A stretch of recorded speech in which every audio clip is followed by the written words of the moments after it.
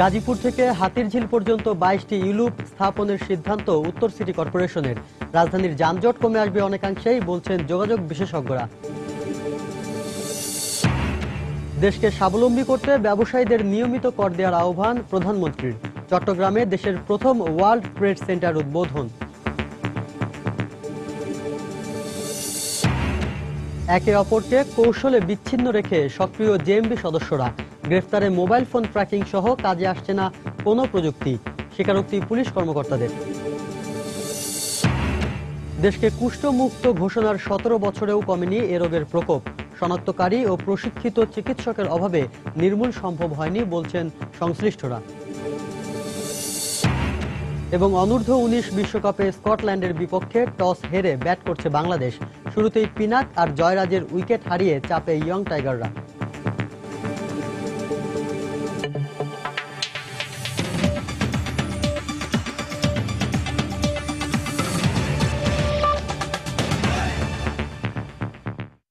সময় সংবাদের সঙ্গে আছি আমি শাফিন জাহিদ। রাজধানীর যানজট কমাতে গাজীপুর থেকে হাতিরঝিল পর্যন্ত 30 কিলোমিটারের সড়কে রাইট টার্ন ও ইউটার্ন বন্ধ করে 22টি ইউলুপ স্থাপনের সিদ্ধান্ত নিয়েছে ঢাকা উত্তর সিটি কর্পোরেশন। মন্ত্রণালয় থেকে অনুমোদন পেলে এবছরের জুনেই প্রকল্পের কাজ শুরু হবে বলে জানিয়েছে সিটি কর্পোরেশন। যোগাযোগ বিশেষজ্ঞ ও প্রকল্প সংশ্লিষ্টরা বলছেন, এটি বাস্তবায়ন হলে এই রুটে 30 থেকে 40% যানজট কমে আসবে। শেখ জায়েদের রিপোর্ট। প্রতিদিনই এরকম যানজটে ঘন্টার পর ঘন্টা সময় নষ্ট হয় ঢাকার সড়ক ব্যবহারকারীদের। সরকারি সংস্থাগুলোর নানা উন্নয়ন ও উদ্যোগেও কমানো যায়নি এই জট। যানের চ্যানেলটা তো ওপেন থাকবে, কিন্তু সেটা থাকতেছে না। শুধুমাত্র বড় গাড়ি, কোস্টার, এদের জন্য। এই যে সামনে এই গাড়িটা সোজা যাবে, আমার রাস্তাটা আটকে রাখছে। গাজীপুর থেকে আজিমপুর যাইতে আপনি 4 থেকে 5 ঘন্টা লাগে। সবশেষ ঢাকা উত্তর সিটি কর্পোরেশনের উদ্যোগ। গাজীপুর থেকে হাতিরঝিল পর্যন্ত 30 কিলোমিটার সড়কে রাইট টার্ন ও ইউ টার্ন বন্ধ করে ইউলুপ স্থাপন। এতে করে সোজা পথে যেতে কিংবা ডানে মোড় নিতে কোনো গাড়িকেই থেমে থাকতে হবে না।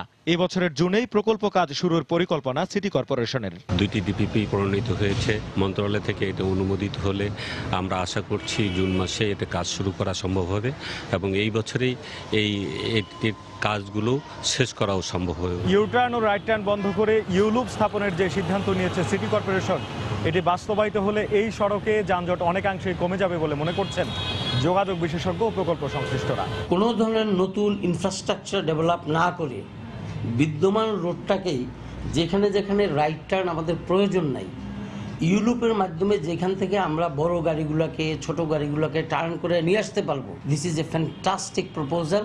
এর ফলে 30 to 40% আপনার যানজট নিরসন হয়ে যাবে এই রুটে। প্রস্তাবিত ইউলুপ প্রকল্পে নির্মাণ ব্যয় ধরা হয়েছে 46 কোটি 58 লাখ টাকা। শেখ জায়েদ, সময় সংবাদ, ঢাকা। দেশকে স্বাবলম্বী করতে ব্যবসায়ীদের নিয়মিত কর দেওয়ার আহ্বান জানিয়েছেন প্রধানমন্ত্রী শেখ হাসিনা।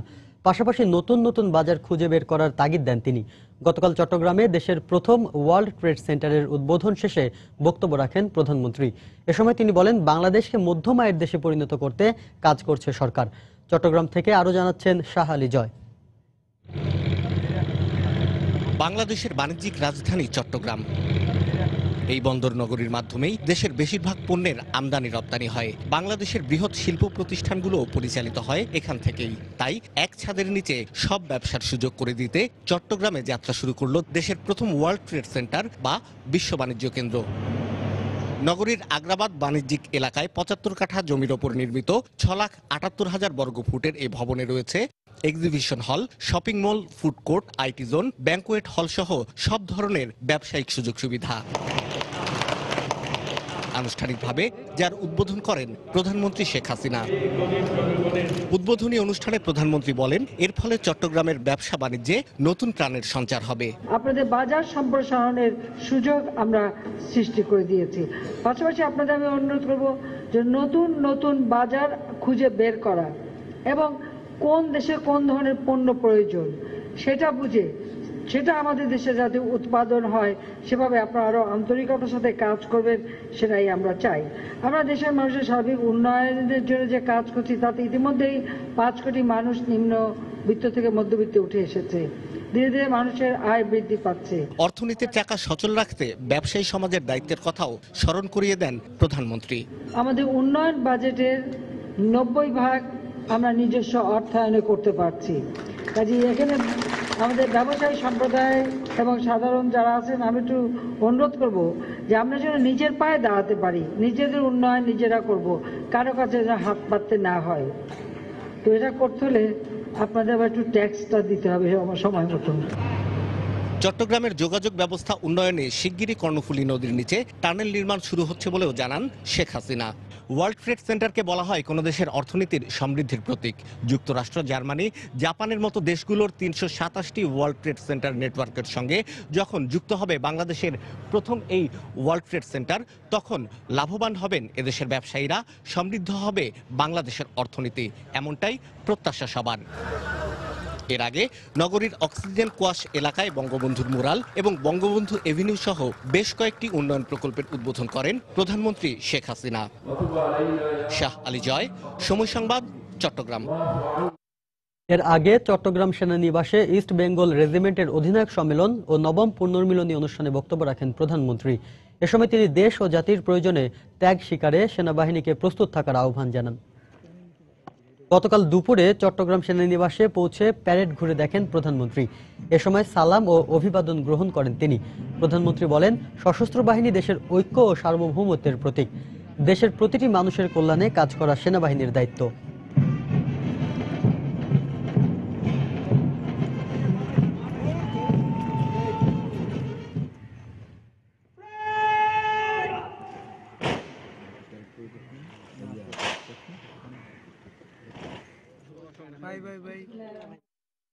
আমাদের সবসময় লক্ষ্য যে দেশকে যেমন আমরা উন্নত করছি, সেই সাথে সাথে আমাদের সশস্ত্র বাহিনীর উন্নতি করা, সেনাবাহিনীকে আরো কার্যক্রম ও যুগোপযোগী করার লক্ষ্যে প্রচুর অত্যাধুনিক যুদ্ধ সরঞ্জাম সংযোজিত করা হয়েছে। এর মধ্যে 4টি ব্যাটালিয়ন মেকানাইজড ইনফ্যান্ট্রি ব্যাটালিয়নে রূপান্তরিত হয়েছে। 2017-18 সালের মধ্যে বাংলাদেশ সেনাবাহিনীতে আরো 300টি বিটিআর 40 এপিসি সংযোজিত হতে যাচ্ছে, যা ইস্ট বেঙ্গল রেজিমেন্টের সক্ষমতাকে আরো অনেক গুণ বৃদ্ধি করবে। মুক্তিযুদ্ধের সশস্ত্র সংগ্রামের মধ্য দিয়ে জন্ম নিয়েছিল বাংলাদেশ সেনাবাহিনী। তাই আপনাদের কাছ থেকে আমি দেশপ্রেমে সর্বোচ্চ দৃষ্টান্ত আশা করি। একটা কথা সবসময় মনে রাখতে হবে যে আপনারা এদেশের সন্তান, এদেশের গ্রামে গঞ্জে ছড়িয়ে আছে আপনারই আপনজন। কাজে এই বাংলাদেশের প্রতিটি মানুষের কল্যাণ করা এটা আপনাদের দায়িত্ব। একে অপরকে কৌশলে বিচ্ছিন্ন রেখেই জঙ্গি তৎপরতা চালিয়ে যাচ্ছে জেএমবি সদস্যরা। গ্রেফতার এড়ানোর জন্য নতুন নতুন কৌশল অবলম্বন করছে সংগঠনটি। পুলিশ কর্মকর্তারা স্বীকার করছেন, তাদের ধরতে মোবাইল ফোন ট্র্যাকিং সহ কাজে আসছে না কোনো প্রযুক্তি। বিস্তারিত জানাচ্ছেন কমল দে। অন্যান্য যে কোনো অপরাধের ক্ষেত্রে সন্দেহজনক একজনের সূত্র ধরে বাকিদেরও আইনের আওতায় আনে আইনশৃঙ্খলা রক্ষাকারী বাহিনী। এক্ষেত্রে মোবাইল ফোন ট্র্যাকিং সহ নানা প্রযুক্তিও ব্যবহার করা হয়, কিন্তু জেএমবি সদস্যদের ক্ষেত্রে কোনো প্রযুক্তি কাজে আসছে না। দীর্ঘ অনুসন্ধান এবং অভিযান চালিয়ে যাদেরই পাওয়া যায় সেখানেই শেষ হয় পুলিশের লিঙ্ক। এমনকি গ্রেপ্তারকৃতরাও জিজ্ঞাসাবাদে তেমন কোনো তথ্য দিতে পারে না। ম্যানুয়াল পদ্ধতিতে অনেকে যোগাযোগ করে এবং বিভিন্ন কিছু কোড অথবা চিঠিপত্রের মাধ্যমে যোগাযোগ করে বা তারা গোপনে বিভিন্ন জায়গায় এই বৈঠক করার মাধ্যমে তাদের যোগাযোগগুলো সম্পন্ন করে। তাদের আমরা আইনের আওতায় আনতে পারি, কিন্তু হয়তো একটু দেরি হয়। কারণটা হচ্ছে যে তারা একাধিক নাম ব্যবহার করে এবং দ্রুত তাদের জায়গা পরিবর্তন করে। পুলিশ কর্মকর্তারা জানান, বর্তমানে জেএমবি সদস্যরা কাটআউট পদ্ধতিতে তাদের সাংগঠনিক কার্যক্রম পরিচালনা করছে। এই পদ্ধতি অনুসরণ করার কারণে একজন সদস্য তার আগের কিংবা পরের কোনো সদস্যকে চিনতে পারে না। জেএমবির একজন সদস্য সে যার কাছ থেকে আদেশ পায়, তারপরে আর কে আছে সেই তথ্যটা সে জানে না। অর্থাৎ এটা একটা কাটআউট সিস্টেম তারা বলে, যে ওই এরপর পরে গিয়ে কিন্তু আমরা পরবর্তী সদস্যের আমরা নাম বা ঠিকানা আমরা খুঁজে পাই না। আর এতে জঙ্গিবাদ দমন করতে গিয়ে কিছুটা বিপাকে পড়তে হচ্ছে পুলিশ সহ অন্যান্য আইন শৃঙ্খলা রক্ষাকারী বাহিনীকে। যাদেরকে আমরা গ্রেপ্তার করি, তাদেরকে জিজ্ঞাসাবাদ করি, তাদের লিঙ্কটা এক জায়গায় গিয়ে আপনার কাট অফ হয়ে যায়। এই যে মিসিং লিঙ্কটা, এটাকে আপনার জয়েন করতে হলে আমাদের আবার বেশ কিছু তথ্য প্রমাণ লাগে, সাক্ষ্য প্রমাণ লাগে এবং আরো বেশি কিছু করতে হয়, কাজ করতে হয়। গত 2 মাসে চট্টগ্রামের খোয়াজনগর, অনন্যা আবাসিক এবং আমানবাজারের 3টি জঙ্গি আস্তানার সন্ধান পায় গোয়েন্দা পুলিশ। এসব আস্তানা থেকে অস্ত্রসহ 8 জনকে গ্রেপ্তার করা হলো। তাদের লিঙ্ক দিয়ে কিংবা জিজ্ঞাসাবাদের মাধ্যমে বাকি কাউকে আইনের আওতায় আনতে পারেনি। কমল দে, সময় সংবাদ, চট্টগ্রাম। সময় সংবাদে আরো থাকছে, দাউদকান্দিতে সড়ক দুর্ঘটনায় বেঁচে যাওয়া 2 ভাই বোন এখনো খুঁজে ফেরে তার বাবা মাকে। শারীরিকভাবে সুস্থ হলেও সহসা কাটছে না মানসিক আঘাত, বলছেন চিকিৎসকরা। তাই তো সবাই বলে শিল্পাল্লার দিন শেষ, মেগা ডিজিটাল স্কেলে বাংলাদেশ। আগামীকাল থেকে শুরু হবে এবারের এসএসসি দাখিল ও সমমানের পরীক্ষা। শিক্ষামন্ত্রী নুরুল ইসলাম নাহিদ প্রশ্নপত্র ফাঁস ঠেকাতে সংশ্লিষ্টদের আরও কঠোর হওয়ার নির্দেশ দিয়েছেন। গতকাল সচিবালয়ে এসএসসি পরীক্ষা নিয়ে আয়োজিত সংবাদ সম্মেলনে তিনি জানান, এবার 16,51,523 জন শিক্ষার্থী পরীক্ষায় অংশ নেবেন। এ সময় শিক্ষামন্ত্রী জানান, গতবারের চেয়ে এবার পরীক্ষার্থীর সংখ্যা বেড়েছে 1,72,257 জন। এদিকে এবারের পরীক্ষায় বহু নির্বাচনী বা এমসিকিউ অংশ পরীক্ষার প্রথম ভাগে এবং 10 মিনিটের বিরতি দিয়ে সৃজনশীল বা রচনামূলক পরীক্ষা অনুষ্ঠিত হবে। পরীক্ষায় প্রাপ্ত নম্বরের অতিরিক্ত নম্বর না দেওয়ার জন্য পরীক্ষকদের প্রতি কঠোর নির্দেশ দেন শিক্ষামন্ত্রী। এছাড়া এবারের পরীক্ষার ফলাফলও 60 দিনের ব্যবধানে প্রকাশ করা হবে বলে জানান তিনি।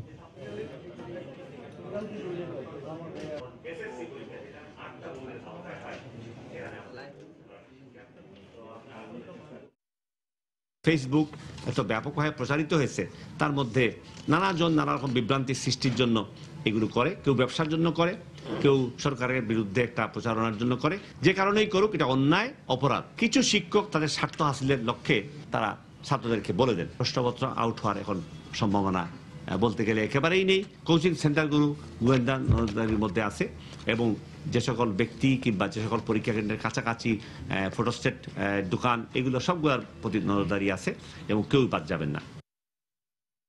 অনূর্ধ্ব 19 বিশ্বকাপের খবর। গ্রুপ পর্বের দ্বিতীয় ম্যাচে স্কটল্যান্ডের বিপক্ষে ব্যাট করছে বাংলাদেশ। শুরুতে পিনাক ঘোষ আর জয়রাজের উইকেট হারিয়ে চাপে পড়েছে বাংলাদেশ। দর্শক, এই মুহূর্তে কক্সবাজারের শেখ কামাল আন্তর্জাতিক ক্রিকেট স্টেডিয়ামে আছেন আমাদের সহকর্মী মাকসুম আলম খান। সবশেষ খবর জানতে আমরা সরাসরি চলে যাচ্ছি তার কাছে। মাকসুম। জি শাফিন, আপনি যেমনটি বলছিলেন যে শুরুতেই পিনাক ঘোষ এবং জয়রাজের উইকেট হারিয়ে কিছুটা চাপে পড়েছে বাংলাদেশ। অবশ্যই শুরুতে আমরা দেখেছিলাম যে 10 ওভারকে, শুরুর যে 10 ওভার যেটিকে বলা হয় যে রানের চাকাকে সচল করার বা ভালো একটা সূচনা এনে দেওয়ার, সেই 10 ওভারে কিন্তু বাংলাদেশ মাত্র 19 রান সংগ্রহ করেছে এবং যার বিনিময়ে বাংলাদেশ কিন্তু দুটি উইকেট হারিয়ে ফেলেছিল। তো এরপরে আমরা দেখেছি যে বাংলাদেশ আজকে কিন্তু বেশ ধীর স্থির শুরু করেছে। আর স্কটল্যান্ডের বোলারদের অবশ্যই প্রশংসা করতে হবে, তারা কিন্তু বাংলাদেশকে শুরু থেকে বেশ চাপে ফেলেছে। বোঝাই যাচ্ছে যে তারা বেশ লেখাপড়া করে এসেছেন। সব ব্যাটসম্যানদেরকে, পিনাক ঘোষকে দেখেছিলাম আমরা যে কয়েকবার পায়ে লেগেছে বল এবং শেষ পর্যন্ত তিনি এলবিডব্লিউ হয়েই ফিরে গেছেন সাজঘরে, আজকে কোনো রানই করতে পারেননি। এছাড়া এরপরে জয়রাজ শেখ ভালোই খেলছিলেন, তবে শর্টেই কিন্তু তিনি 13 রান করে 17 বল থেকে আউট হয়ে গেছেন দুর্দান্ত এক ক্যাচে পরিণত হয়ে। আর স্কটল্যান্ডের বোলারদের প্রশংসা করবই। প্রথমে একজন স্পিনারকে দিয়ে তারা বোলিং শুরু করেছেন গত ম্যাচের মতোই এবং বোলিংয়ে কিন্তু ক্যাপ্টেন ফ্লেকের আমরা বেশ ভ্যারিয়েশন দেখছি, কেননা একজন স্পিনারকে খেলাচ্ছেন, তারপরে আবার একজন পেসারকে খেলাচ্ছেন, তারপরে আবার একজন স্পিনার, আবার একজন পেসার, এইভাবে তিনি বেশ পরিবর্তন আনার চেষ্টা করছেন যাতে করে ভ্যারিয়েশনগুলো আসে। আর আরেকটি বিষয় যে দুটি উইকেটই কিন্তু পেয়েছেন স্কটল্যান্ডের একজন পেসার মোহাম্মদ গাফফার, সে খুবই ভালো বল করেছেন। এছাড়া ব্রাউনের কথা বলতে হয়, স্পিনার, সে প্রথম 5 ওভার বল করে যেখানে 4টি মেডেন তিনি তুলে নিয়েছিলেন এবং মাত্র 2 রান দিয়ে। তো বলতে হবে যে বাংলাদেশ শুরু থেকেই বেশ চাপে পড়েছে এখন পর্যন্ত। তারপরে পিনাক এবং জয়রাজ আউট হওয়ার পরে যেটি আমরা দেখেছি যে শান্ত এবং সাইফ, তারা দুইজন কিন্তু রানের চাকাটা কিছুটা সচল করার চেষ্টা করছেন। এখন দলের রান 22 ওভার থেকে 69, অর্থাৎ প্রথম 10 ওভারে যে মাত্র 19 রান ছিল, তারপরের 12 ওভারে আরো 50টি রান যোগ হয়েছে। তো মোটামুটি যে রানের চাকা তারা সচল করার চেষ্টা করছেন সেটি দেখছি। আর সাইফের কথা বলবো, গত ম্যাচের মতো এই ম্যাচেও তিনি বেশ অনেক সাবধানী। দেখা গেছে যে প্রথম 13 ওভার থেকে উনি 50টি বল খেলেছিলেন এবং 50 বল থেকে মাত্র 11টি রান করতে সক্ষম হয়েছিলেন। আর শান্তর কথায় বলতে হয় যে শান্ত কিন্তু শান্তর সামনে কিন্তু আজকে সুযোগ আছে যুব বিশ্বকাপে যুব ওয়ানডেতে সর্বোচ্চ রানের মালিক হওয়ার, এবং মিরাজের সামনে সুযোগ আছে সর্বোচ্চ উইকেট শিকারী হওয়া যুব ওয়ানডেতে। তো শান্ত এখন পর্যন্ত তিনি 22 রানে অপরাজিত আছেন। আর আরেকটি বিষয় বলবো, দুই দলই কিন্তু একটি করে পরিবর্তন নিয়ে খেলছে। সন্দেহজনক বোলিং অ্যাকশনের জন্য সঞ্জিত সাহাকে কিন্তু রাখা হয়নি, যদিও এখনো তার লিখিত প্রতিবেদনটি আইসিসি দেয়নি, তারপরেও তাকে দলে রাখা হয়নি, এবং তার জায়গায় রাখা হয়েছে আরিফুল ইসলামকে, তিনি আরেকজন স্পিনার। তো সব মিলিয়ে ভালো একটি ম্যাচ হবে, এইটি সবার প্রত্যাশা। এই ছিল এখনকার মতো সর্বশেষ কক্সবাজার শেখ কামাল আন্তর্জাতিক স্টেডিয়াম থেকে। শাফিন। দর্শক, বাংলাদেশ ভালো খেলবে এমন প্রত্যাশার খবর জানাতে কক্সবাজারের শেখ কামাল আন্তর্জাতিক ক্রিকেট স্টেডিয়াম থেকে সহকর্মী মাকসুম আলম খান জানাচ্ছেন সবশেষ খবর। অমর 21 গ্রন্থমেলার সব প্রস্তুতি সম্পন্ন করেছে বাংলা একাডেমি। এবার একাডেমি প্রাঙ্গণ ও সোহরাওয়ার্দী উদ্যানে 402টি প্রতিষ্ঠানকে 651টি স্টল বরাদ্দ দেওয়া হয়েছে। গতকাল বিকেলে বাংলা একাডেমির আব্দুল করিম সাহিত্য বিশারদ মিলনায়তনে এক সংবাদ সম্মেলনে এ তথ্য জানানো হয়। মেলাকে কেন্দ্র করে পর্যাপ্ত নিরাপত্তা ব্যবস্থা নেওয়া হয়েছে বলেও জানানো হয়। সকল দিক থেকে মেলার পরিধি, বিস্তার, বিকাশ একেবারেই নজিরবিহীন হয়েছে। নিরাপত্তার দিকটা আমরা বিশেষভাবে লক্ষ্য রেখেছি।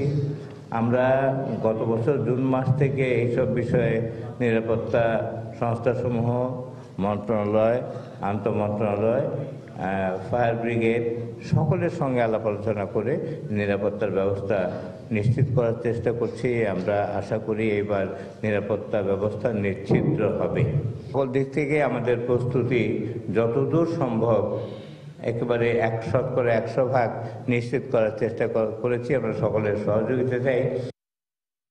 এদিকে অমর 21 গ্রন্থমেলাকে কেন্দ্র করে বাংলা একাডেমি সহ আশেপাশের এলাকায় সন্ধ্যার পর পর্যাপ্ত আলোর ব্যবস্থা করতে ঢাকা দক্ষিণ সিটি কর্পোরেশনকে অনুরোধ করেছে ডিএমপি।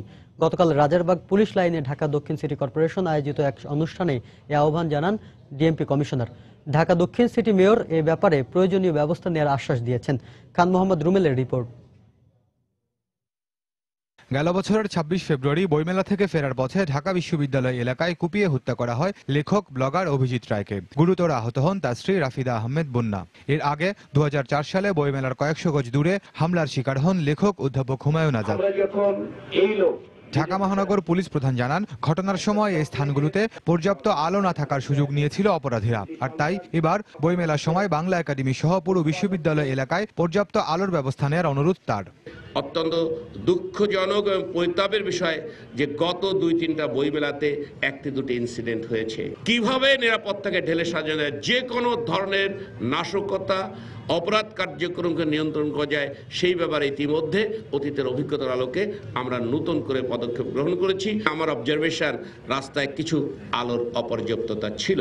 মেহেরবানি করে স্যার আপনি আদেশ দিবেন যে আমার ঢাকা বিশ্ববিদ্যালয়ের টিএসসি সরহদ উদ্যান এলাকা যাতে পর্যাপ্ত আলোকিতের ব্যবস্থা করা হয়। নগরীর আইন শৃঙ্খলা রক্ষায় পুলিশের যে কোনো উদ্যোগের পাশে থাকার প্রতিশ্রুতি দিলেন ঢাকা দক্ষিণ সিটি কর্পোরেশনের মেয়র। আমি পর্যাপ্ত পরিমাণ আলোর ব্যবস্থা ইনশাল্লাহ করে দেব 1 তারিখের মধ্যে। এই ফেব্রুয়ারি মাসে 21শে ফেব্রুয়ারিতে আমাদের যে শহীদ মিনার এলাকা রয়েছে, সেই এলাকাটাতে আমাদের যে বাতির ব্যবস্থা রয়েছে সেটাকে পরিবর্তন করে 21 তারিখের মধ্যে আমরা এলইডি লাইটে পরিবর্তন করার উদ্যোগ গ্রহণ করেছি। ইনশাল্লাহ আমরা 21শে ফেব্রুয়ারি ভাষা শহীদের সেই দিনটাতে আমরা সেই আলোকিত শহীদ মিনার দেখতে পাবো। ঢাকাকে পরিচ্ছন্ন ও অপরাধমুক্ত নগরী হিসেবে গড়ে তুলতে সব শ্রেণী পেশার মানুষের সহযোগিতা চাইলেন মেয়র। খান মোহাম্মদ রুমেল, সময় সংবাদ, ঢাকা। সময় সংবাদে আরো থাকছে, কুমিল্লায় দ্বিগুণ টমেটো উৎপাদনেও হাসি নেই কৃষকের মুখে। হিমাগারের অভাব ও সার বীজের দাম বেশি হওয়ায় লোকসানের আশঙ্কা।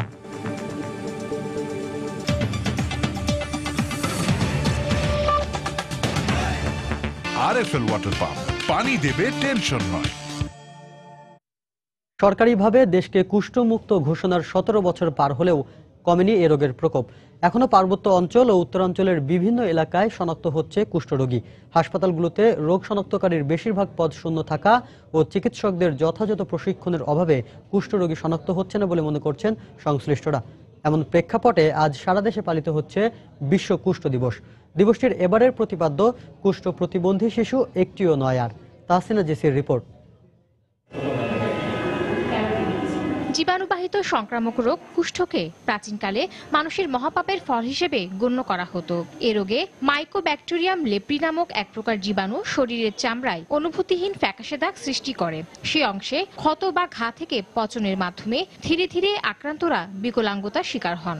ঝাড় ফুঁক করলাম, কেউ কয় বাত হয়েছে, কেউ কয় বাতাস লাগছে, এরকম করে করে হাত পা নষ্ট হয়ে গেছে। আমার এই রোগ হওয়ার পর আমি বহু জায়গায় চিকিৎসা নিয়েছি, কিন্তু কোনো ডাক্তার ধরতে পারে নাই। বিশ্ব স্বাস্থ্য সংস্থার নিয়ম অনুযায়ী প্রতি 10,000 মানুষে কুষ্ঠরোগীর সংখ্যা একের নিচে নেমে এলে 1998 সালে বাংলাদেশকে কুষ্ঠমুক্ত ঘোষণা করা হয়। জাতীয়ভাবে এই লক্ষ্য অর্জিত হলেও নীলফামারী, গাইবান্ধা, সিলেট, বান্দরবন, খাগড়াছড়ি সহ কয়েকটি অঞ্চলে এই সংখ্যা একের ওপরেই থেকে যায়। জাতীয় কুষ্ঠ নিয়ন্ত্রণ কর্মসূচির হিসেবে 2015 সালের সেপ্টেম্বর পর্যন্ত দেশে এই রোগীর সংখ্যা 2835 জন, যা 2013-তে ছিল 3000-এর কিছু বেশি। জাতীয় কুষ্ঠ কর্মসূচির সঙ্গে সংশ্লিষ্টরা জানান, সম্প্রতি 206টি পদে রোগ শনাক্তকারী নিয়োগ দেয়ায় এ কর্মসূচিতে স্থবিরতা কিছুটা কাটানো সম্ভব হয়েছে। টিবি লেপ্রোসি কন্ট্রোল অ্যাসিস্ট্যান্ট, সেটার ঘাটতি ছিল অনেক উপজেলাতেই। 206 জন টিএলসি কে নিয়োগ দিয়েছে উপজেলা পর্যায়ে এবং তাদের প্রশিক্ষণ সমাপ্ত করা হয়েছে। স্বাস্থ্যমন্ত্রীর মতে কুষ্ঠরোগের ক্ষেত্রে শুধু রোগীর চিকিৎসা করালেই হবে না, এজন্য প্রয়োজন পরিবারের সহযোগিতা ও মানসিকতার পরিবর্তন। কুষ্ঠরোগের ব্যাপারেও আমরা একটা শূন্য পর্যায়ে আনতে পারবো, কিন্তু এটা তো অনেক পুরনো রোগ, চূড়ান্তভাবে নিশ্চিত করতে গেলে আর সময় লাগবে। এদিকে মহাখালী কুষ্ঠ হাসপাতালটিকে শয্যা সংখ্যা বাড়ানোর পাশাপাশি এটিকে আধুনিকায়ন করার দাবি জানিয়েছেন আক্রান্তরা। তাহসিনা জেসি, সময় সংবাদ, ঢাকা। পূর্ণ আর বুশরা খুঁজে ফিরছে তাদের বাবা মাকে। গত 26 জানুয়ারি কুমিল্লার দাউদকান্দিতে সড়ক দুর্ঘটনায় তারা হারিয়েছে তাদের মা, বাবা আর বোনকে। ভাগ্যক্রমে সেই দুর্ঘটনায় দুই ভাই বোন বেঁচে ফিরলেও এখনও তারা চিকিৎসাধীন ঢাকার ন্যাশনাল ইনস্টিটিউট অব নিউরোসায়েন্সেস হাসপাতালে। কর্তব্যরত চিকিৎসকরা বলছেন, দুই শিশু শারীরিকভাবে সুস্থ হয়ে উঠলেও মানসিক ক্ষত সারতে সময় লাগবে। চোখে মুখে ক্লান্তি আর কষ্টের অভিব্যক্তি। হাসপাতালের বিছানায় শুয়ে বসে কাটছে পূর্ণের জীবন।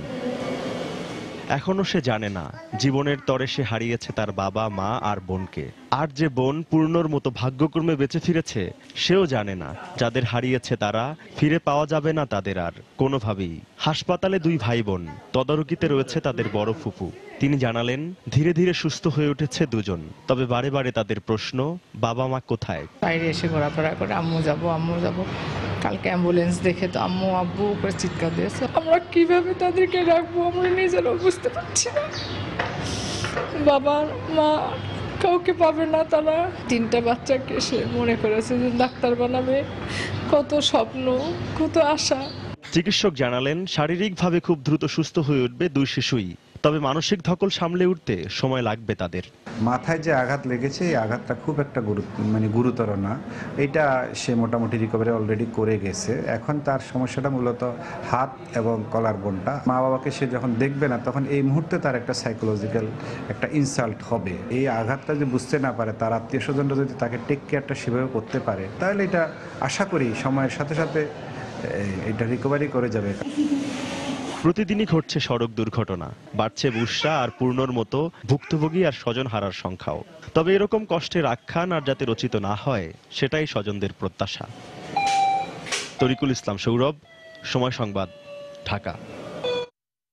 একটি কারখানাও অনিরাপদ থাকলে শুল্ক ও কোটামুক্ত আলোচনা হবে না বলে জানিয়েছেন বাংলাদেশে নিযুক্ত মার্কিন রাষ্ট্রদূত মার্শিয়া ব্লুম বার্নিকাট। রাজধানীতে এক সেমিনারে তিনি কথা বলেন। শুধু নেতিবাচক প্রচারণা না চালিয়ে বাংলাদেশের পোশাক শিল্পের ইতিবাচক অগ্রগতি তুলে ধরার আহ্বান জানান তিনি। সেমিনারে 2021 সালে বাংলাদেশের পোশাক শিল্প থেকে $50 বিলিয়ন রফতানি লক্ষ্যমাত্রাকে সামনে রেখে এ বিষয়ে সমস্যা ও সম্ভাবনা নিয়ে আলোচনা করা হয়। এতে সরকারের নীতি সহায়তা, অবকাঠামো উন্নয়ন, গ্যাস বিদ্যুৎ সমস্যা সমাধান, ক্রেতাদের কাছে দাম বাড়ানোর প্রচেষ্টা, পরিকল্পিত বিনিয়োগ ও অবকাঠামোকে গড়ে তোলার বিষয়ে গুরুত্ব পায়।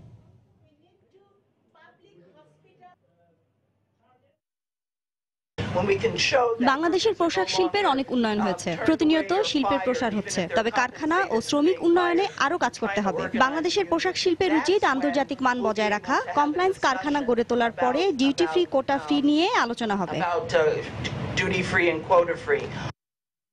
হারিয়ে যেতে বসেছে ধামরাইয়ের ঐতিহ্যবাহী কাঁসা পিতল শিল্প। স্থানীয় বাজারে এই শিল্প পণ্য তেমন বিক্রি না হওয়ায় অন্য পেশায় চলে যাচ্ছেন এর সঙ্গে জড়িত শিল্পী আর ব্যবসায়ীরা।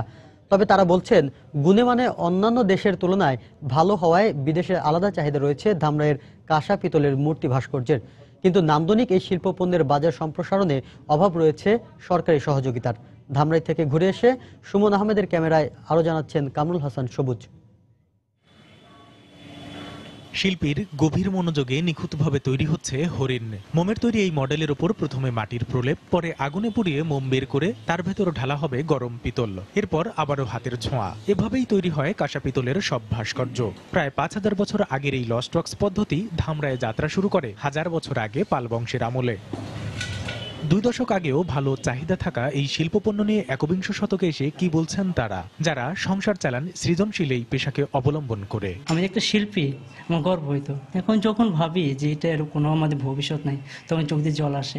পরবর্তী কেউ আসার জন্য মনে হয় না কাউকে বলে তার লাইফ নষ্ট হয়ে যাবে।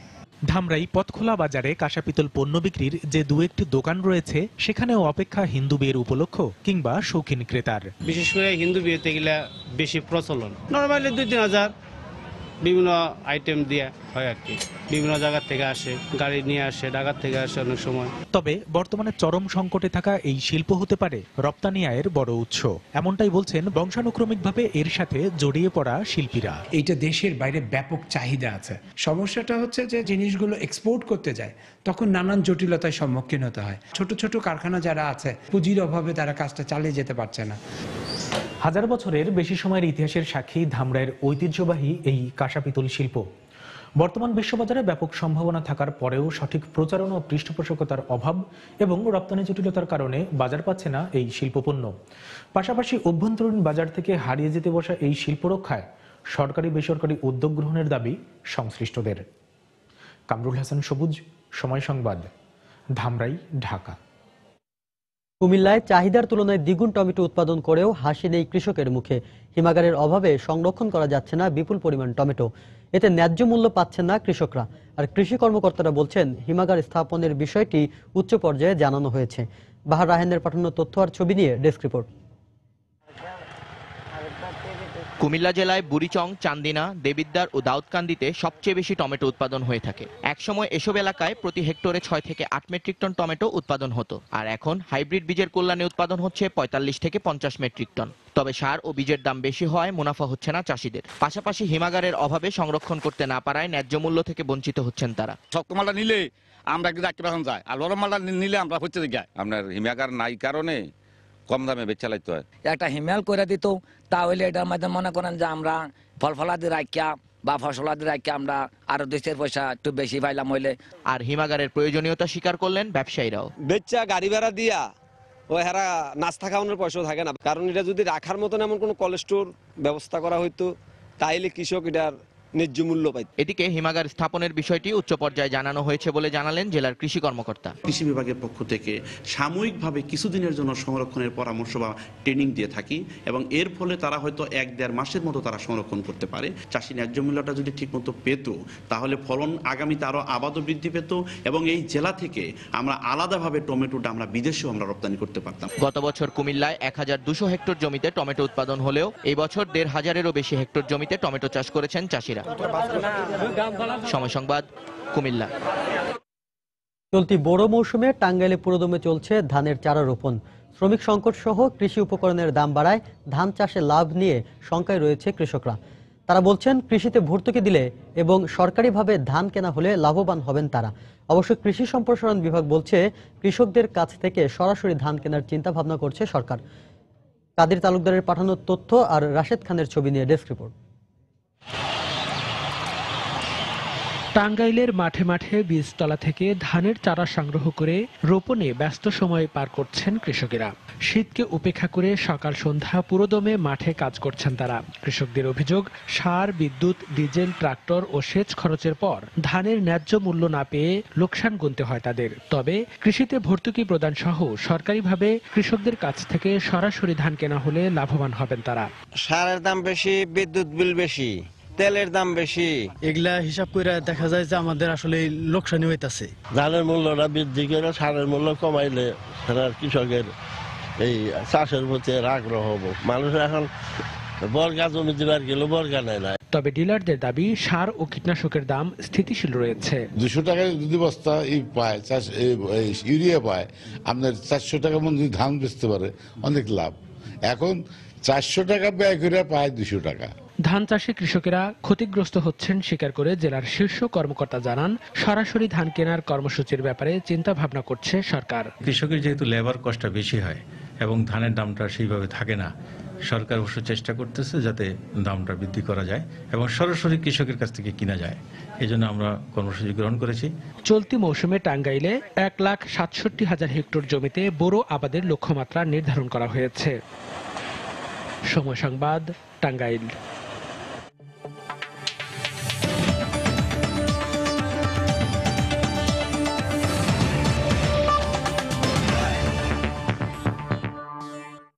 বিশ্বময় বাংলার শিল্পিত উচ্চারণ, এমন স্লোগানকে সামনে রেখে রাজধানীর শিল্পকলা একাডেমিতে অনুষ্ঠিত হলো 2 দিন ব্যাপী পূর্ব পশ্চিম আবৃত্তি উৎসব ও সম্মাননা প্রদান পদক 2016।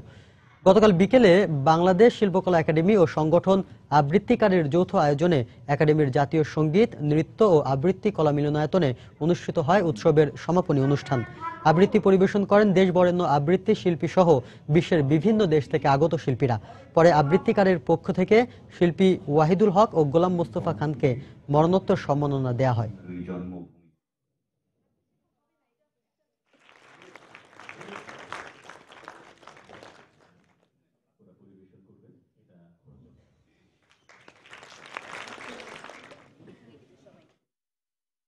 একুশে ফেব্রুয়ারির আমরা গর্বিত উত্তরাধিকার, সেহেতু এই দায়ভারটা আমরাই নিলাম যে এদেরকে সবাই একত্রিত করা প্রতি বৎসরান্তে। আমাদের স্লোগানটা হচ্ছে বিশ্বময় বাংলার শিল্পিত উচ্চারণ।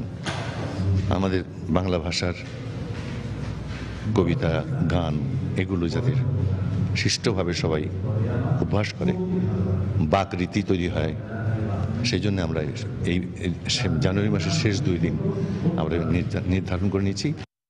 দেশের বাইরের খবর, রাশিয়ার বিরুদ্ধে আবারও আকাশসীমা লঙ্ঘনের অভিযোগ করেছেন তুরস্কের প্রেসিডেন্ট রিসেপ তাইয়েপ এরদোয়ান। শনিবার ইস্তাম্বুলে এক সংবাদ সম্মেলনে তুরস্কের প্রেসিডেন্ট অভিযোগ করেন, শুক্রবার বিকেলে সতর্কবার্তা পাঠানো সত্ত্বেও একটি রুশ যুদ্ধবিমান তুরস্কের আকাশসীমায় ঢুকে পড়ে। এই ঘটনার ব্যাখ্যা চেয়ে এরই মধ্যে তুরস্কে নিয়োজিত রাশিয়ার রাষ্ট্রদূতকে তলব করা হয়েছে বলেও জানান তিনি। তবে রুশ প্রতিপক্ষ মন্ত্রণালয়ের পক্ষ থেকে অভিযোগ অস্বীকার করে বলা হয়েছে অপপ্রচার চালাচ্ছে আঙ্কারা। এর আগে গত বছর নভেম্বরে একই অভিযোগ তুলে রাশিয়ার একটি যুদ্ধবিমান ভূপাতিত করেছিল তুরস্ক, যার রেশ ধরে দুদেশের মধ্যে উত্তেজনা এখনো বিরাজ করছে।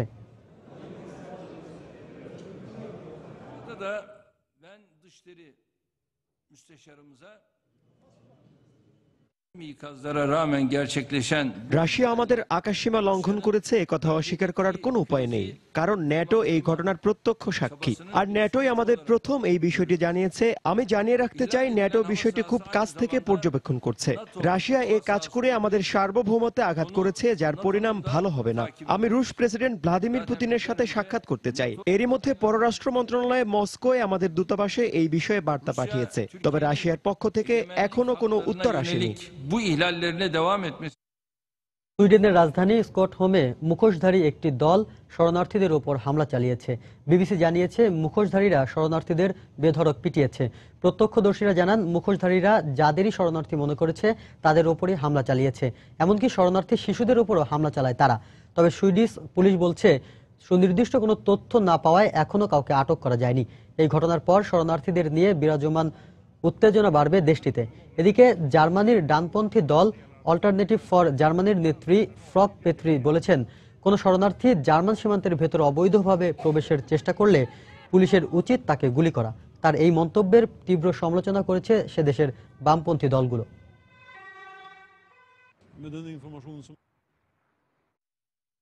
ভারী তুষারপাতে বিপর্যস্ত হয়ে পড়েছে ভারতের জম্মু কাশ্মীরের জনজীবন। শনিবার সেখানকার পুঞ্চ জেলার তাপমাত্রা সর্বনিম্ন -6 ডিগ্রিতে নেমে আসে। স্থানীয়রা বলছেন, 2-3 দিন ধরেই প্রচণ্ড শীত পড়ছে সেখানে। পাশাপাশি বিদ্যুৎ সরবরাহে বিঘ্ন ঘটছে। জম্মু কাশ্মীর ছাড়াও পাঞ্জাব, হরিয়ানা, দিল্লি এবং উত্তরপ্রদেশেও প্রচণ্ড শীতে সেখানকার স্বাভাবিক জনজীবনে ব্যাঘাত ঘটছে। কলম্বিয়ায় সপ্তাহ ব্যবধানে দ্বিগুণ হয়েছে জিকা ভাইরাসের আক্রান্তের সংখ্যা। তবে এখন পর্যন্ত দেশটিতে ছোট মাথার কোনো শিশুর জন্ম নেয়নি বলে জানিয়েছে দেশটির স্বাস্থ্য বিভাগ। এদিকে মশাবাহিত সব ধরনের সংক্রামক ব্যাধির বিস্তার বন্ধে সতর্কতা জারি করেছেন হন্ডুরাস। জিকা ভাইরাসের বিস্তার ঠেকাতে করণীয় ঠিক করতে সোমবার জরুরি বৈঠকে ডেকেছে বিশ্ব স্বাস্থ্য সংস্থা। ভয়াবহ আকারে ছড়িয়ে পড়ছে জিকা ভাইরাস। পুরো আমেরিকা মহাদেশ এখন ভুগছে জিকা আতঙ্কে। গেল ৭ দিনে কলম্বিয়ায় নতুন করে সংক্রমিত হয়েছেন ২,১১৬ জন অন্তঃসত্ত্বা নারী। দেশটির স্বাস্থ্য অধিদপ্তরের তথ্য মতে জিকা ভাইরাসে আক্রান্ত রোগীর সংখ্যা ২০,০০০ ছাড়িয়েছে। এমন খবরে দুশ্চিন্তায় দেশটির স্বাস্থ্য বিভাগের কর্মকর্তারা। জিকা ভাইরাসে আক্রান্ত অন্তঃসত্ত্বা নারীদের নবজাতক মাইক্রোসেফালি রোগে আক্রান্ত হয়ে ছোট মাথা শিশুর জন্ম দেবার আশঙ্কা থাকলেও সে ধরনের কোনো শিশু জন্ম নেবার খবর পাওয়া যায়নি। জোরদার করা হয়েছে স্বাস্থ্য সেবামূলক কর্মসূচি। জিকা ভাইরাসে সবচেয়ে বেশি আক্রান্ত দেশ ব্রাজিলে এরই মধ্যে জন্ম নিয়েছে প্রায় ৪,০০০ ছোট মাথার শিশু। এই ভাইরাসের বিস্তার রোধে মশক নিধন ও জনসচেতনতা বাড়াতে কাজ করছে সেনা সদস্যরা। সংক্রমণ থেকে নিজেকে নিরাপদ রাখার কৌশল নিয়ে আলোচনা করতে অন্তঃসত্ত্বা নারীদের জন্য বিশেষ কর্মশালা আয়োজন করা হয়েছে এল সালভাদরে। দেওয়া হচ্ছে প্রয়োজনীয় পরামর্শ। উদ্বেগ আর উৎকণ্ঠার মধ্যেই সময় কাটছে আমার। জিকা ভাইরাসে আক্রান্ত হবার ভয়ে আমার মতোই আতঙ্কিত সব অন্তঃসত্ত্বা নারী। আসলে আমাদের অনাগত সন্তান অসুস্থ হোক তা কল্পনাতেও ভাবি না। এদিকে জিকা ভাইরাস ছাড়াও এডিস মশার কামড়ে সংক্রমিত হওয়া ডেঙ্গু, চিকুনগুনিয়ার মতো রোগের প্রাদুর্ভাব ঠেকাতে প্রতিরোধমূলক সতর্কতা জারি করেছে হন্ডুরাস। সে সময় ঐক্যবদ্ধভাবে পরিস্থিতি মোকাবেলায় দেশবাসীর প্রতি আহ্বান জানান দেশটির প্রেসিডেন্ট। কেবল আমেরিকা মহাদেশে ৪০ লাখ মানুষ জিকা ভাইরাসে আক্রান্ত হতে পারে বলে আশঙ্কা করা হচ্ছে। বিশ্ব স্বাস্থ্য সংস্থার এমন সতর্কবাণীর পর জিকা ভাইরাসের প্রাদুর্ভাব ঠেকাতে মশক নিধন কর্মসূচি জোরদার করেছে বিভিন্ন দেশ। জাহিদুর রহমান, সময় সংবাদ। অনূর্ধ্ব ১৯ ক্রিকেট বিশ্বকাপের খবর। কক্সবাজার শেখ কামাল আন্তর্জাতিক ক্রিকেট স্টেডিয়ামে স্কটল্যান্ডের বিপক্ষে টস হেরে ব্যাট করছে বাংলাদেশ। শুরুতেই ব্যাটিং বিপর্যয়ে বাংলাদেশ। শেষ খবর পাওয়া পর্যন্ত বাংলাদেশের সংগ্রহ ২ উইকেট হারিয়ে ১০১ রান। গ্রুপ পর্বে নিজেদের প্রথম ম্যাচে বর্তমান চ্যাম্পিয়ন দক্ষিণ আফ্রিকার বিরুদ্ধে দাপুটে জয়ের পর দ্বিতীয় ম্যাচে মাঠে নেমেছে বাংলাদেশ। টস হেরে ব্যাটিংয়ের শুরুটা ভালো হয়নি স্বাগতিকদের। স্কটল্যান্ডের বোলিং তোপে দলীয় ১৭ রানেই ২ উইকেট হারায় বাংলাদেশ। রানের খাতা খোলার আগেই পিনাক ঘোষকে এলবিডব্লিউ এর ফাঁদে ফেলেন মোহাম্মদ গফফার। এরপর দলীয় ১৭ ও ব্যক্তিগত ১৩ রানে ক্যাচ তুলে দেন জয়রাজ শেখ। দ্রুত ২ উইকেট হারিয়ে সাবধানী টাইগার যুবারা। এখন বাংলাদেশের ইনিংস মেরামত করছেন সাইফ হাসান ও নাজমুল হোসেন শান্ত।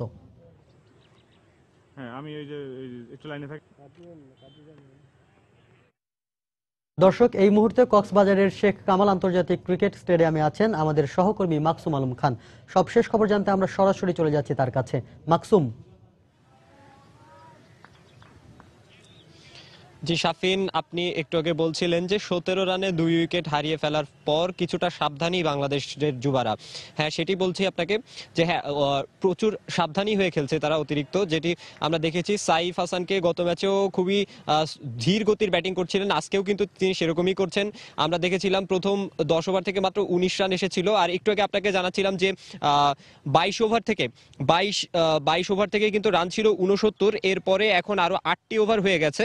এই ৮ ওভার থেকে রান এসেছে আরো ৩৫ রান এসেছে, অর্থাৎ ৩০ ওভারে এখন দলের সংগ্রহ হচ্ছে ১০৪ এবং সেই ২ উইকেটেই মানে ২টি উইকেট পড়ে যাওয়ার পর কিন্তু এই যে ৮৭ রানের একটা জুটি আমরা দেখছি, অর্থাৎ একটা বড় সংগ্রহের দিকে, অথবা ইনিংসটি প্রাথমিক যে ধাক্কা সেই ধাক্কাটি সামাল দিতে দেওয়ার প্রয়াসটা আমরা দেখলাম সাইফ হাসান এবং নাজমুল হোসেন শান্তর মধ্যে। তো নাজমুল হোসেন শান্তর কথা আর একটু বলতে হয়। 2 ডাউনে নেমে এখন পর্যন্ত তিনি ৪৩ রান করে অপরাজিত আছেন। তিনি যদি এই ম্যাচ থেকে ৬২টি রান সংগ্রহ করতে পারেন সেক্ষেত্রে তিনি কিন্তু যুব ওয়ানডের কিন্তু সর্বোচ্চ রানের মালিকের খাতায় নাম লেখাবেন। অর্থাৎ আর মাত্র উনি ৪৩ করেছেন, আর ১৯টি রান যদি করতে পারেন সেক্ষেত্রে তিনি হয়ে যাবেন যুব ওয়ানডের সর্বোচ্চ রানের মালিক। আর এই ম্যাচে আরো একটি রেকর্ডের সম্ভাবনা আছে, সেটি হচ্ছে আমাদের ক্যাপ্টেন যিনি আছেন মিরাজ যদি 3টি উইকেট লাভ করতে পারেন তিনিও হবেন যুব ওয়ানডের সর্বোচ্চ উইকেট শিকারীর মালিক। অর্থাৎ দুইটি রেকর্ডের হাতছানি বাংলাদেশের সামনে। যেখানে শান্ত প্রথমে যে ম্যাচ ইনিংসটি খেলছেন সেখানে কিন্তু তার সম্ভাবনা খুবই বেশি। এই মুহূর্তে আরো একটি 4-এর মান আমরা দেখলাম, অর্থাৎ দলীয় রান গিয়ে দাঁড়ালো এখন 109 আর শান্তর রান গিয়ে দাঁড়ালো 47। তো গত ম্যাচেও তিনি 50 রানের একটি ইনিংস খেলেছেন, 50 করেছিলেন। এই ম্যাচেও দেখছি তিনি 50-র পথে এগোচ্ছেন। সব মিলে শুরুর যে প্রাথমিক ধাক্কা সেটি কিছুটা সামাল দিয়ে উঠেছে বাংলাদেশ বলা যায়। আর ওভার বাকি আছে এখনো আর 19টি, অর্থাৎ 114 বল থেকে এখন দলের রান 109। যদি আরো টোটাল রানটা যদি 230 বা 220 বা 30 হলে, গতদিন যেমন স্কটল্যান্ডের ক্যাপ্টেন বলছিলেন যে 220 বা 30 রান করলে সেটিকে এই কন্ডিশনে বা এই পিচের জন্য ফাইটিং স্কোর বলা যাবে। তো সেক্ষেত্রে দেখা যায় টসে জিতে তারা প্রথমে ফিল্ডিং দিয়েছে এবং শুরুতে বোলিংটাও তারা খুব ভালো করেছে। বোলিং এর ভ্যারিয়েশন ছিল, বারবার পরিবর্তন করেছেন ক্যাপ্টেন ফ্লেক, স্পিনারকে করিয়েছেন। প্রথমে আমরা দেখেছি বেশ সমস্যা হচ্ছিল বাংলাদেশি ব্যাটসম্যানদের সেই স্পিনারকে খেলতে। 5 ওভার বল করে যিনি মাত্র 4 ওভারই দিয়েছিলেন মেডেন এবং মাত্র 2 রান দিয়েছিলেন। এরপরে আমরা পেসারকে দেখেছি একজনকে, তিনি দুটি উইকেট তুলে নিয়েছেন। তো তারপরেও প্রাথমিক ধাক্কা কিছুটা সামাল দিয়ে উঠেছে এবং রানটা বেশ ফাইটিং হবে, এটি এখন প্রত্যাশা সবার। শেখ কামাল আন্তর্জাতিক স্টেডিয়াম থেকে এখনকার মতো আমার কাছে এটি ছিল সর্বশেষ খবর। শাফিন। দর্শক, কক্সবাজারের শেখ কামাল আন্তর্জাতিক ক্রিকেট স্টেডিয়াম থেকে মাকসুম আলম খান জানাচ্ছিলেন বাংলাদেশ ও স্কটল্যান্ডের সর্বশেষ ম্যাচ আপডেট। এবার দেশের ফুটবল প্রসঙ্গ। শেখ জামাল ধানমন্ডি ফুটবল ক্লাবের সভাপতি পদ থেকে সরে দাঁড়ালেন মঞ্জুর কাদের। চিঠি দিয়েছেন প্রধানমন্ত্রী শেখ হাসিনা বরাবর। শারীরিক অসুস্থতা ও দলবদল নিয়ে সাম্প্রতিক বিভিন্ন ঘটনার কারণেই এই সিদ্ধান্ত নেন দেশের শীর্ষ এই ক্রীড়া সংগঠক। আগেই ভেঙে গিয়েছিল 7 বছর ধরে সাজানো ঘর, এবারে বিদায় নিলেন কর্তা। ভালোবাসা অনুরাগে যে ক্লাব গড়েছিলেন তিল তিল করে, রাগ দুঃখ আর অভিমানের কাছে সবটুকু জলাঞ্জলি দিয়ে ছেড়ে দিলেন সভাপতির পদ। যাবার বেলায় দেশের প্রধানমন্ত্রীর কাছে পাঠিয়েছেন এক চিঠি। এই চিঠিতে ছিল যেমন আবেগ, তেমনি কিছু চাওয়া পাওয়া। প্রধানমন্ত্রীর আপন ভাইয়ের নামেই ক্লাবটি গড়েছিলেন শেখ জামালের বন্ধু মঞ্জুর কাদের। তবে স্পষ্টভাবেই জানিয়ে দিয়েছেন বাফুফের সাথে গত কদিন ধরে চলা টানাপোড়েনে শারীরিক ও মানসিকভাবে যে ধকল গেছে তার উপর সেটা আর তিনি নিতে পারছেন না। তাই তো বহুদিন ধরে গড়া ক্লাবের প্রধানের পদ থেকে এমন বিষাদময় বিদায়। আর নিজ ক্লাবের নির্বাহী কমিটির কাছেও দুঃখ প্রকাশ করে দিয়েছেন চিঠি। কিছুদিন আগে এক সংবাদ সম্মেলনে জানিয়েছিলেন ফুটবল ফেডারেশন ষড়যন্ত্র করছে শেখ জামাল ক্লাবের বিরুদ্ধে।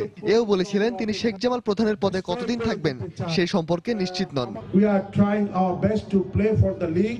অপ্রিয় হলো সত্য, ফুটবল ফেডারেশন সেটা হতে দিচ্ছে না। বাংলাদেশ প্রোডাকশনে সালাম মুর্শিদি, সালাউদ্দিনরা সেই অ্যারেঞ্জমেন্ট রাখে নাই। ওরা মুখের ভাষায় বলে 2022 সালে ওয়ার্ল্ড কাপে যাবে। কিন্তু এবারে সব সন্দেহ দূর করে ছাড়লেন ক্লাব প্রধানের চেয়ার। ক্লাবের ফুটবল কমিটির সদস্যের কণ্ঠে ঝরেছে আক্ষেপ। স্বয়ং প্রধানমন্ত্রীর হস্তক্ষেপে এই জঞ্জাল থেকে, এই ষড়যন্ত্রমূলক ফুটবল থেকে, এই টেবিলের ফুটবল থেকে মাঠে আসবে। এজন্য আমার প্রেসিডেন্ট মঞ্জুর কাদের, প্রধানমন্ত্রী বড় বড় তার পদত্যাগপত্র দিয়েছেন। রায়হান মাসুদ, সময় সংবাদ, ঢাকা। দর্শক, এই পর্যায়ে শীর্ষ সংবাদ জানিয়ে দিচ্ছি আরেকবার। অনুমোদন পেলে এ বছরের জুনেই শুরু হবে গাজীপুর থেকে হাতিরঝিল পর্যন্ত 22টি ইউলুপ স্থাপনের কাজ। রাজধানীর যানজট অনেক কমে আসবেই বলছেন যোগাযোগ বিশেষজ্ঞরা। দেশকে স্বাবলম্বী করতে ব্যবসায়ীদের নিয়মিত কর দেওয়ার আহ্বান প্রধানমন্ত্রীর। চট্টগ্রামে দেশের প্রথম ওয়ার্ল্ড ট্রেড সেন্টার উদ্বোধন।